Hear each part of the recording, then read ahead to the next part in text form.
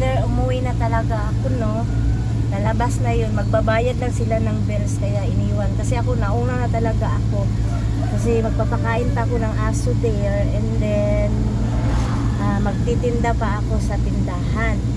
So, morning today, so wala talagang mga motorista din. Pero mamaya, gulo-gulo na dito sa daan na to. Ang dami ng mga motor.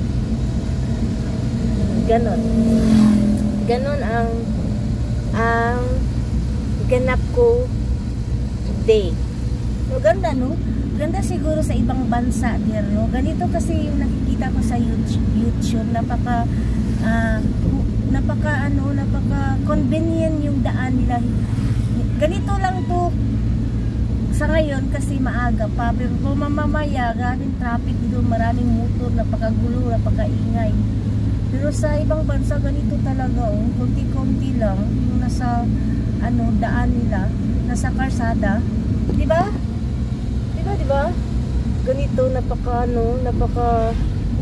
hindi magulo, hindi madaming mga sasakyan. Gusto ko talaga ganito there. Liwanag, no? Parang naiiyak ako. Gusto ko umiyak. Ganon. Gusto ko umiyak. Gusto ko umiyak talaga. Alam mo kung gusto kong umiyak, Bel? Kasi nakakasad talaga. May mga talaga, no? Yung kung kayong mga biyanan, no? Mga biyanan dito, ha? Kung kayong mga biyanan, kung may asawa at pamilya ng anak niyo, tapos mayroon naman kayong pagkakitaan, mayroon naman talaga kayong pera, hindi na niyo kailangan ba? Ang sakla pa, kailangan mo, nagkulang yung pera mo kasi may binubuhay ka na kapatid sa isa mo, yung ganito, ha, asawa, no? Kapatid ng asawa ko. Ganyan to, asawa ko. Nauubos at nadidismanage kasi siya ang nagpro-provide sa anak niyang, tapos yung mga apo pa niya, kaya ganon, mga malalaki namang katawan, kasi kinukonsider niya na matigas tagal ang ulo, wala na siyang magawa, pero mag-provide siya ng mga food, kaya nagkakautang-utang. Tapos yung anak niya, isa, yun ang niya, yun ang laging yung magigilty yung anak niya kasi ganun.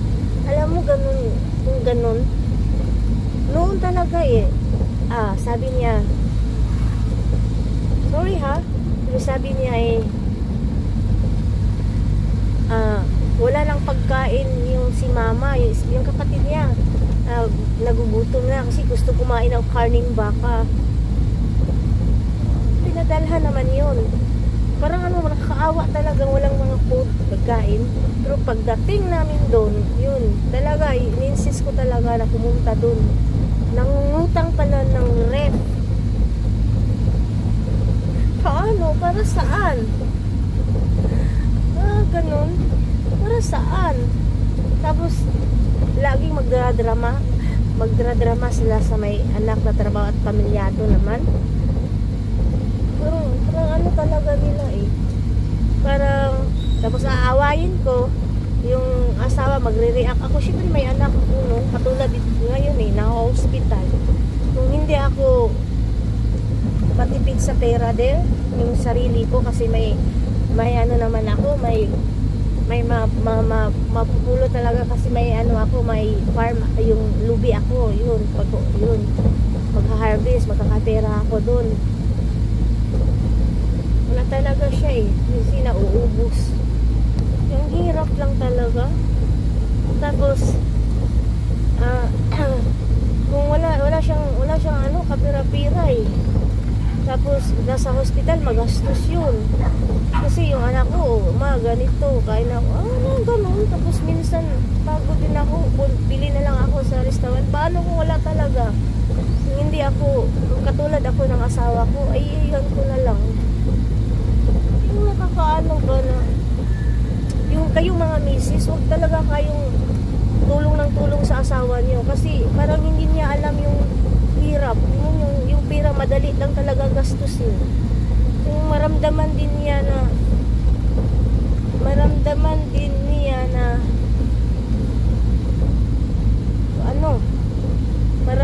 din niya kasi ngayon ako kakaiyak talaga eh. Malaki yung bills na yun. Kasi gusto ko comfortably fly yung isang lugar yung anak ko. Ayoko naman sa work kasi ang igang yung ang dami, iba't-iba't ang amoy.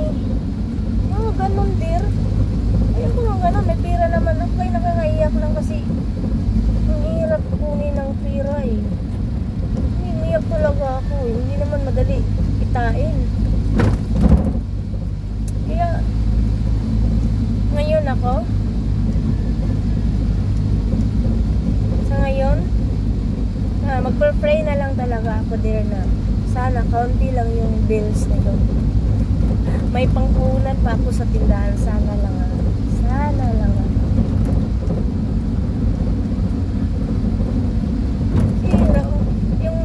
yung pamilya, yung kayong mga biyanan, kayong ganun, no? Kung may pera kayo, hinihingi. Tapos magkakasakit pa kayo, doon na kayo hingi ng tulong pag wala na talaga. Pero kung yung pangbili lang ng rep, pangbili lang mga gamit para gano'n, para ibili. Ako po. Ang dami ng mga ang dami ng mga kamang-kamang ngayon.